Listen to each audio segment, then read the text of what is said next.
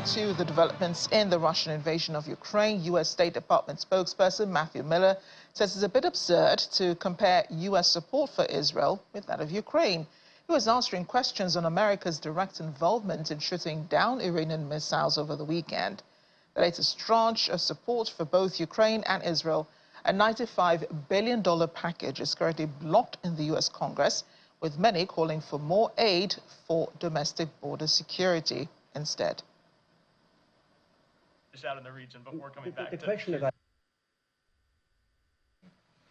if you look at our commitment to Ukraine, it has included significant provision of missile defense to allow the Ukrainian military to shoot down drones and missiles and attacks on the Ukrainian people. That is something that this administration is committed to, with billions and billions of dollars in weapon systems, and it's not just American weapon systems, but we have worked to source air defense systems from around the world to help defend the Ukrainian people against Russian attacks. We have been committed to Ukraine since day one. And our record bears that out. When you look at the international coalition that we have assembled to respond to Russia's aggression, to hold Russia accountable through sanctions and export control measures, and again, through the provision of weapons systems. And I mentioned air defense because that's most relevant to your question, but other systems as well, offensive systems that they have used to take the fight to the Russian army and reclaim half the territory that Russia took from them. So I think the premise of the question, frankly, is just a bit absurd because it does not match the reality of our record when it comes to supporting the Ukrainian people and the Ukrainian military. Director General of the International Atomic Energy Agency, Rafael Grossi, says it's impossible to establish who's responsible for attacks on the Russian-controlled Zaporizhzhia nuclear power plant, but remains stressed that there is no heavy weaponry on the territory. Grossi was addressing the press at the UN earlier today. He emphasized that while there was a security and armored vehicle at the plant, their experts have not identified heavy weaponry within the plant premises. On Sunday, April 7th, the IAEA reported a UAV attack on the power plant's facilities and damaged Unit 6 and injured one person. The following day, Grossi said on X that for the first time since November 2022, at least 3 strikes had hit the protective structures of the ZNPP's main reactor. There is no heavy weaponry there. There's no heavy weaponry. No, I have to say it, because when we established these 5 concrete principles, we did it not top of my head. It was the result of almost a year-long effort where we consulted with Ukraine, with Russia, on what would be the essential elements that should not happen, should not take place. And we even, if you look at them, we gave some examples. Multiple rocket launchers, tanks, heavy artillery and ammunition. So at the same time, there is security presence. There are armored vehicles and some security presence at the plant, which has been publicized quite openly and also in my own report. But when it comes to heavy weaponry at the plant, the vicinity is something else. But at the plant, within the plant, our experts so far have not seen. We are not commentators. We are not political speculators or scholars or analysts. We are an international agency of inspectors. And in order to say something like that, we must have proof, indisputable evidence that an attack or remnants of ammunition or any other weapon is coming from a certain place. And in this case, it is simply impossible. Nuclear scientist, could you tell us how many lines of external power? Thank you very much. Have a nice evening. Bye-bye. Bye-bye.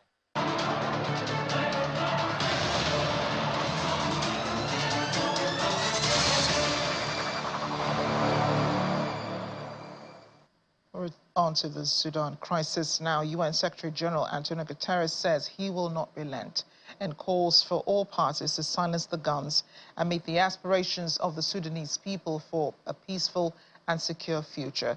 Guterres' comments come on the first anniversary of the ongoing war in Sudan. On April 15, 2023, more than 8.6 million people fled their homes, with 1.8 million more crossing into neighboring countries. Thousands more are still crossing the borders.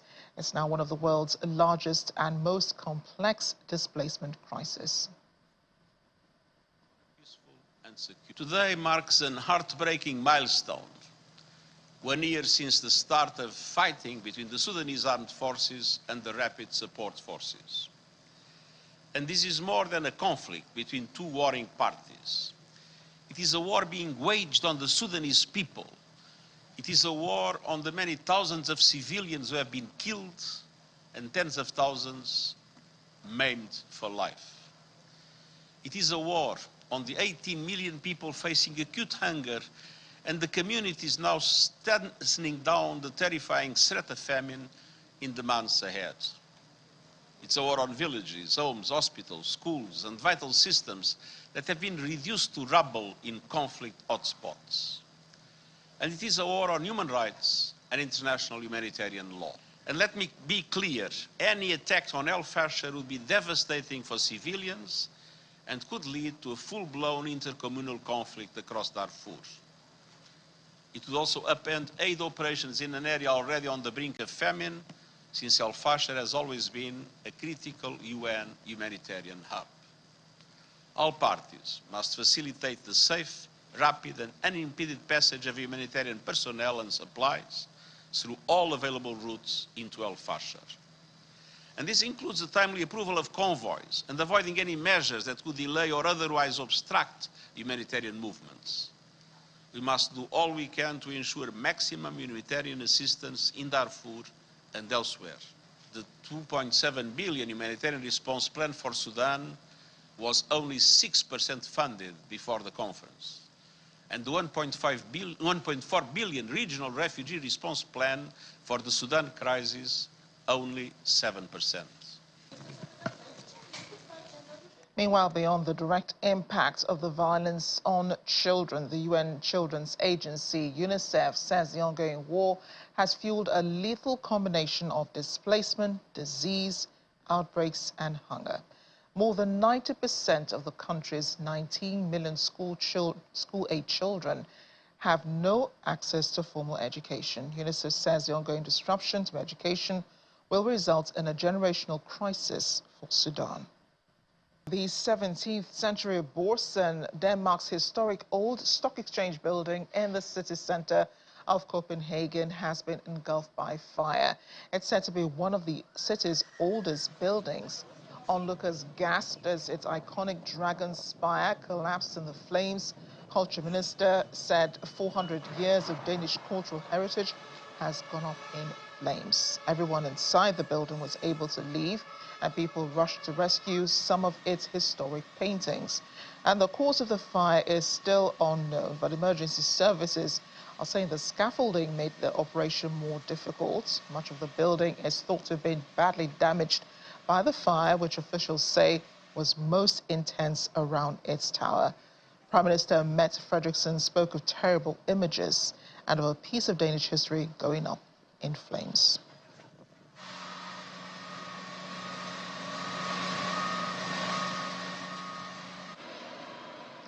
It's day 2 of jury selection in the hush money trial for former U.S. President Donald Trump in New York.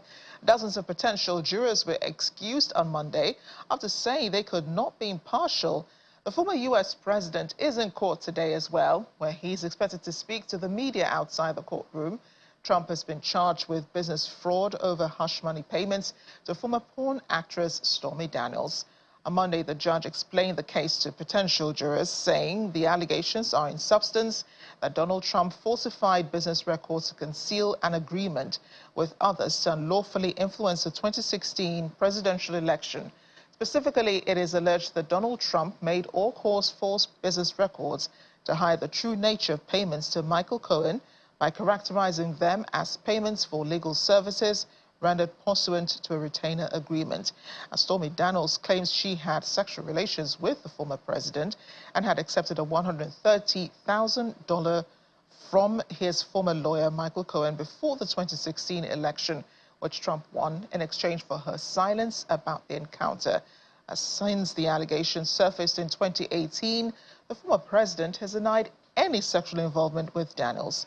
He faces 34 counts of fraud and has pleaded not guilty to all of them.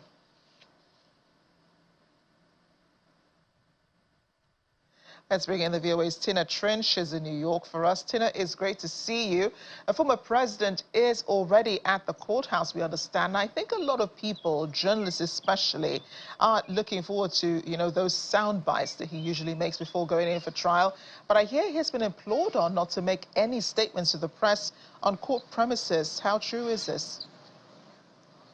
He's actually been able to speak to the press. There's a small section inside the courthouse that allows him to speak to the press after proceedings, in between proceedings. So he's taken some time in the first couple of days here to speak briefly. And a lot of what you hear him saying is the same kind of rhetoric and language that you will hear him saying on the campaign trail, that this is a political witch hunt, that this trial is an assault on America. So a lot of disparaging of the process. And so it's nothing that new if you've been following his comments on the campaign trail. Yes, and I'm sure that he's concerned about how this hurts, his campaign to become president of the United States. What's he said about that?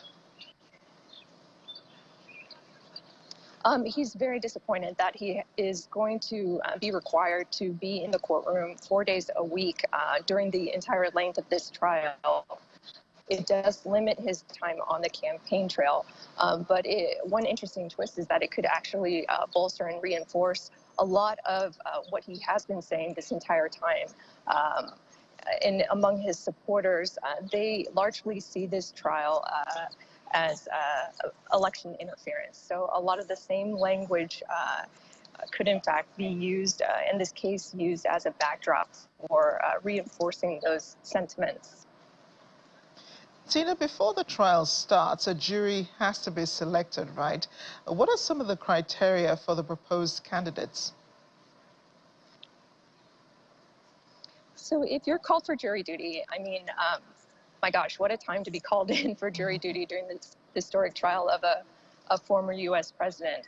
But the procedures are more or less standard procedures. You are essentially being asked whether you can put aside your feelings of the defendant, in this case Donald Trump, who is everybody knows who he is, but can you put aside your feelings about him and be a fair and impartial juror, and be a juror in a case that focuses only on the evidence that is presented.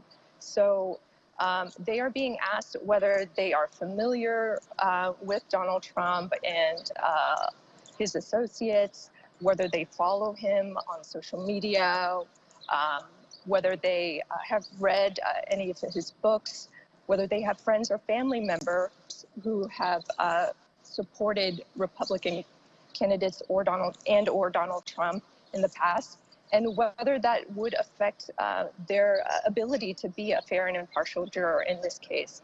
In many instances, a lot of the jurors are being dismissed for really practical reasons because they cannot commit to the time commitment that this trial will take, which is pretty much 4 days a week, 9 to 5, and for the next couple of months. And so in a practical sense, if your job does not allow you to step away for jury duty, you can also be dismissed for that reason.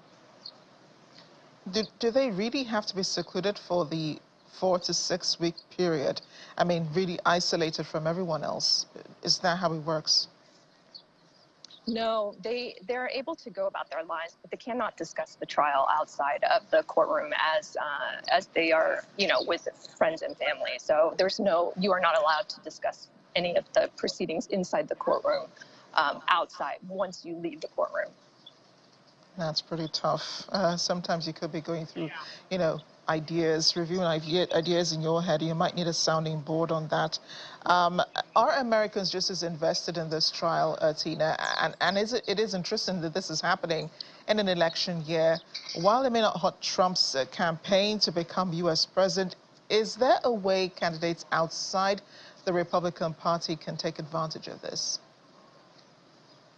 Well, right now, because Donald Trump is the primary leader, for all intents and purposes, he is the presumptive Republican presidential nominee for the upcoming presidential election.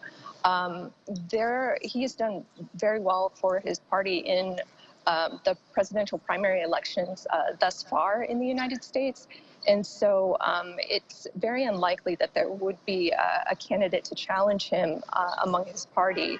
And because it is an election year, people are very invested in what Joe Biden, the Democratic nominee for president, most likely nominee for president, is doing, and Donald Trump.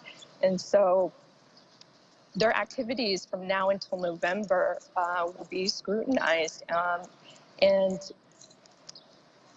there's no telling how this will affect what happens in November during the elections. But what you will see from now until then is essentially a lot of footage, a lot of news of the former U.S. President Donald Trump sitting in the courtroom, around the courtroom, dealing with courtroom activities during this trial. This is the first criminal trial of 4 that he is involved in, and it will take some time. So it may be the only trial that goes to trial during his campaign for the rest of the year, depending on delays in other cases. And given the nature of the trial, Tina, as you rightly mentioned, it is a historic one for America in that a former president will be put on trial in an election year again. So I imagine that there's a lot of interest in this case. Will it be televised? It will not be televised. So electronics are not allowed in the courtroom, and so reporters are having to observe and take notes and report that information once they're back outside. There are no TV cameras allowed inside the courtroom. This will be a really interesting time for America and for the rest of the world, those of us watching. Thanks again, Tina. Thank you. Now we're seeing more weather events across the world to begin in Pakistan, where locals were seen wading through knee-high water. In Peshawar on Monday, streets were submerged in floods and homes were affected. Residents say the floods caused damage to households. The furniture and the fridge and other electrical appliances all have been ruined in most homes. At least 36 people, many of them farmers, have been killed over the past 3 days amid heavy rains and lightning strikes, according to authorities. Pakistan's National Disaster Management Authority has warned of further landslides and flash floods with additional rain forecast in the coming days.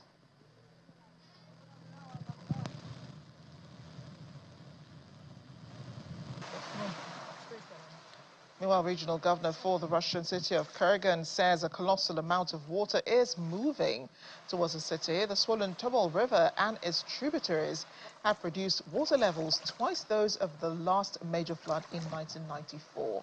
Floods over the past 2 weeks have forced evacuations of tens of thousands of people from northern Kazakhstan and border areas of Russia.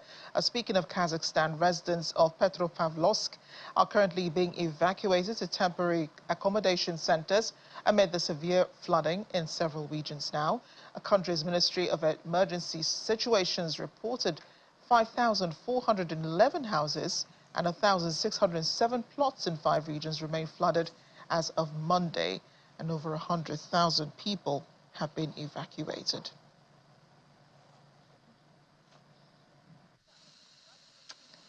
We're making a final stop in Indonesia's Sulawesi Island, where 18 people have been killed, 2 others are still unaccounted for. following landslides that swept through during a period of intense rainfall. Search and rescue teams have been scouring through mud-filled terrain alongside train sniffer dogs. As you see there, they're attempting to locate any potential survivors. Indonesia's search and rescue officer, Andy Sultan, reported that as of present time, 4 individuals have been successfully rescued from the debris. Media reports say that landslides affected several roads in the area, which made evacuation efforts more difficult for rescuers. It also affected 2 villages in the region and destroyed at least 4 homes. The new landslides follow last month's devastating floods and landslides in Sumatra Island, which claimed the lives of over 26 people.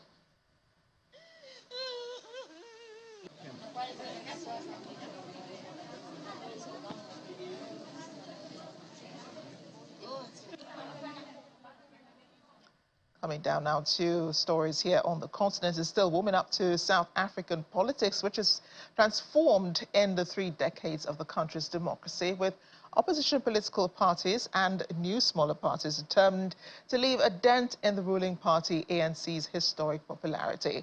Counting down to general elections on May 29th this year is our correspondent, Innocent Samosa, who has been sampling views on the upcoming polls, this time in Pretoria. Here's his report. Every other 5 years, citizens are promised better life and prosperity. It's getting closer and closer. May this year, South Africans are going to the polls. We took it to the streets of Pretoria to find out the preparedness of citizens to the elections.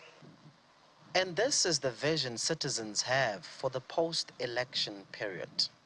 After vote,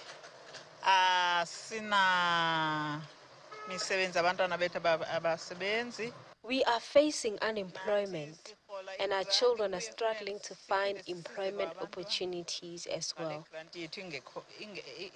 While we receive some financial assistance from government grants, it's inadequate because we also need to support our unemployed children. They rely on us for assistance. And I'm from Mamelodi, so there's no roads. When I say roads, I mean tar roads. We don't have tar roads, there's no bridges, and there's kids who go to school across the river sometimes, you understand? So it's difficult for them. As black, we voted, we want councillors to improve that place. Obviously change, more people getting employed, especially young people, because there's a lot of unemployment for young people. So that's what I want to see, and just the environment as well. Yeah, we want our next generation to actually as well live in a better South Africa. Some young people are telling me that South Africa's national elections will not result in significant policy changes, as the ruling ANC will remain the dominant political force and its reform agenda will remain in place. Are you going to vote? You're not going to vote? I'm not going to vote. Why? I don't have a reason why. So you're not interested? I'm not interested. Because you feel like they're not doing what they're supposed to do? Yeah. They're full of lies, you see. But maybe your vote can make a difference. There's no difference. Because voting or non-voting are still the same. As we approach the elections, it's evident that South Africa's political landscape is in flux, with voters actively considering their options. From Pretoria, South Africa, Innocent Samosa, Channels Television News. Over in Ethiopia, where fighting has flared up in one of the disputed areas between Tigray and Amhara. It's a rare episode of violence, especially after a peace accord was signed in late 2022 and in one of Africa's deadliest wars. Raya Alamata district, claimed by both regions, had been under southern Tigray before war broke out, but has since been seized by Amhara forces. Residents say that fighting began over the weekend and has continued for days. Amhara officials accused fighters aligned with the Tigray People's Liberation Front of launching offensives, while the head of the southern Tigray said Amhara militiamen opened fire. The Ethiopian federal government has recently said the army would control disputed areas until a resolution is made. There are concerns, though, that this could further complicate the conflict that has been raging since August last year in Amhara, Ethiopia's second most populous region, between local militia and the army. The search is on for 11 prisoners who escaped from a prison cell in northeastern Zambezi region of Namibia. Local media reports the escapees are awaiting trial. They cut through the roof of the Katima Mulilo police station before escaping. Police say pieces of blades and ropes made out of blankets, the items suspected to have been used in the jailbreak, were found in the cell. Locals are now being warned to be vigilant as the escapees are awaiting trial for serious crimes. One of them is a notorious repeat offender. Residents have also been urged to report any suspicious activities or groups of people to the police. The chairman and CEO of the National Drug Law Enforcement Agency here in Nigeria, Brigadier General Buba Marwa, says the United Kingdom has been a steadfast ally in the campaign to neutralize transnational criminal activities, particularly illicit drug production and trafficking. Brigadier General Marwa stated this during his address at the commissioning of a new building at the Special Area Command of the Murtala Mohammed International Airport's NACO area in Ikeja. The NDLEA boss said the project was made possible through the generous support of the British government. He thanked them for their unwavering support and commitment to the NDLEA. He says the project will serve as a vital hub for data analysis and strategic planning in the agency's efforts at disrupting drug trafficking networks and apprehend those responsible. The British Deputy High Commissioner, giving his remarks, said they're absolutely delighted in supporting the NDLEA and the Nigerian government in what has become a global industry, which requires a global response that needs new partners to work together. I must begin by expressing our deepest gratitude to the British government for their unwavering commitment and invaluable contributions to our cause. From the onset of our collaboration, the UK has been a steadfast ally in our relentless pursuit to neutralize transnational organized criminal activities, particularly in the realm of illicit drug production and trafficking. The significance of this project cannot be overstated. It will serve as a vital hub for data analysis and strategic planning in our efforts to disrupt drug trafficking networks and apprehend those responsible. With state-of-the-art facilities and technology at our disposal, we are better equipped than ever before to tackle this complex and ever-evolving challenge head-on.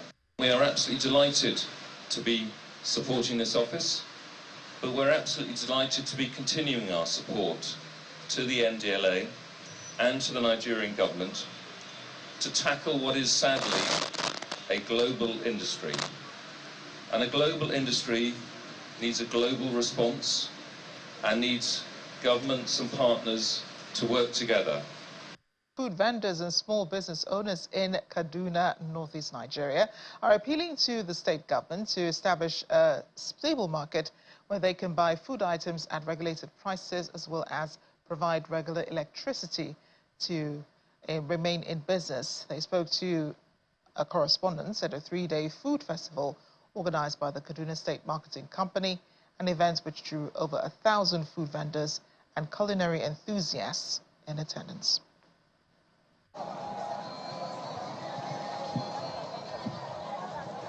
In a world that is rapidly changing, events such as the Kaduna Food Festival and Exhibition provides a platform for local producers, chefs and culinary enthusiasts to not only showcase their skills and products, but also contribute to the economic growth of the state.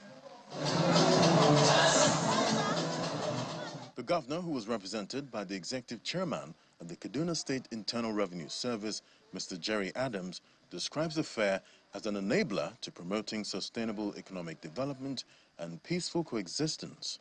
We are going to be providing each and every one of you with tax identification numbers, that is PIN, free of charge.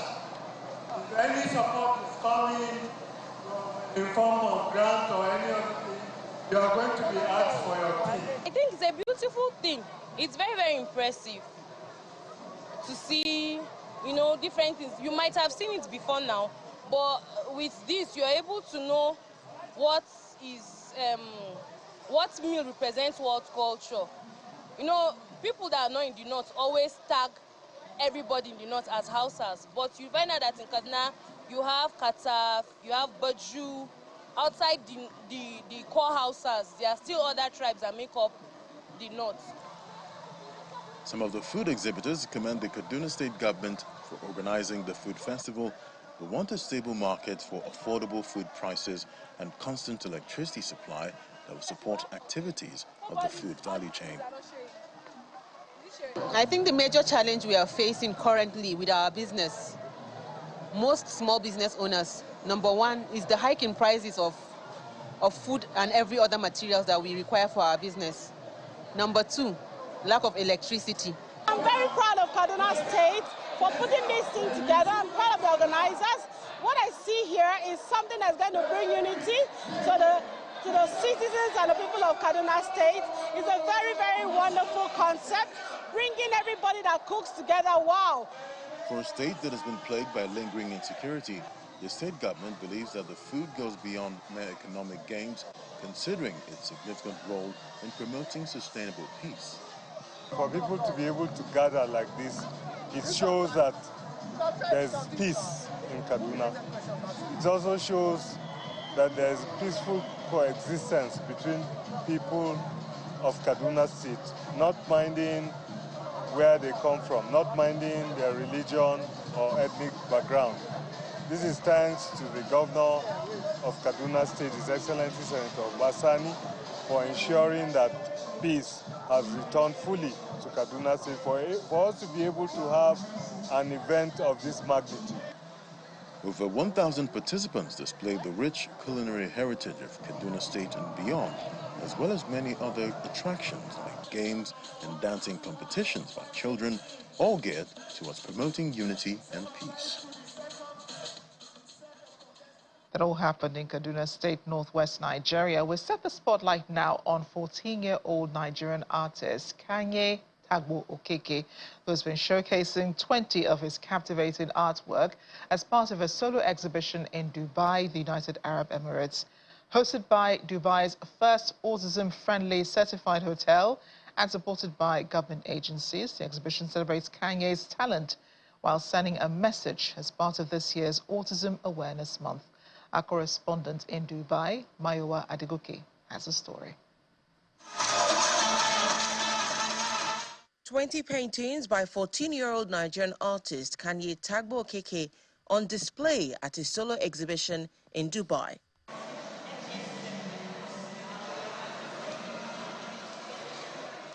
We do this for two reasons.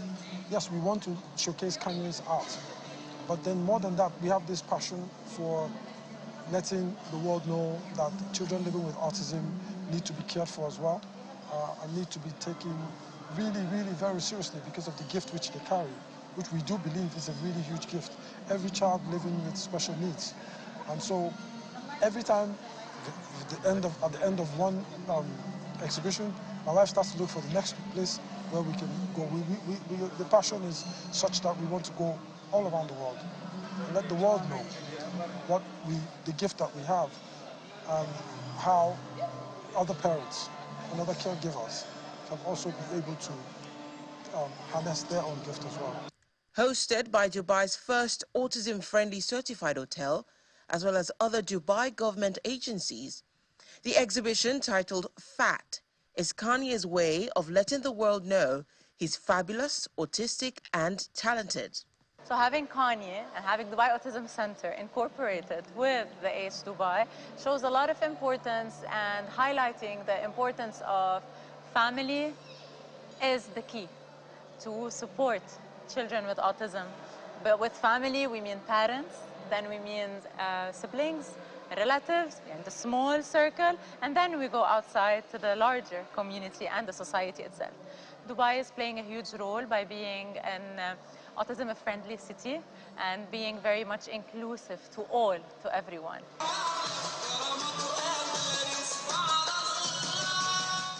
Today, with his brilliant as 14, what he showed us, he's the light of Nigeria and for all Africa. He's the prototype role model kids, which really we are proud of. Also present are representatives from the Nigerian and Canadian High Commissions in the United Arab Emirates.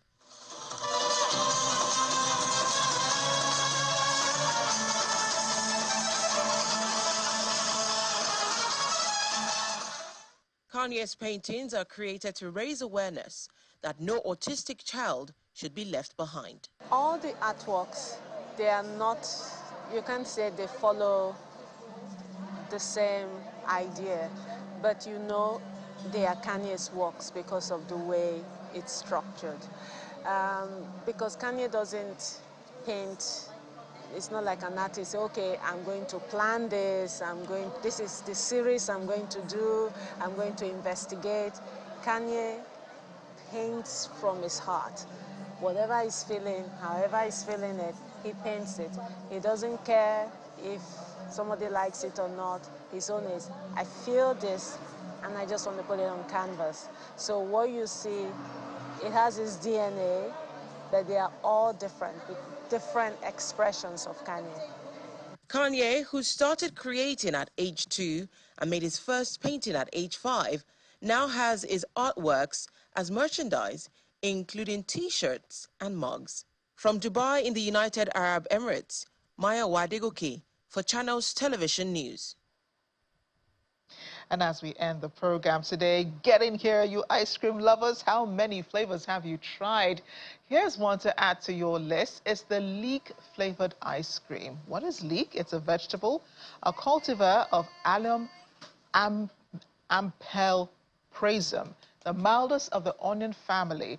Typically, the white and light green parts are consumed, while the dark green tops are left out, being full of fiber and hard to chew. Now, you can find this flavor or this vegetable in Japan, where the ice cream originates. Locals in Fukaya sampled this unique flavor after enterprising companies gave the region's specialty a new lease of life. Fukaya's leeks are world famous, but the season typically spans only in the winter months, while the new dessert allows fans to continue to enjoy them all year round. The vegetables are frozen and mixed with negi, that's onion powder. Locals were surprised the vegetable could become a soft service ice cream and a sweet treat, and they all lined up to give it a try. Would you?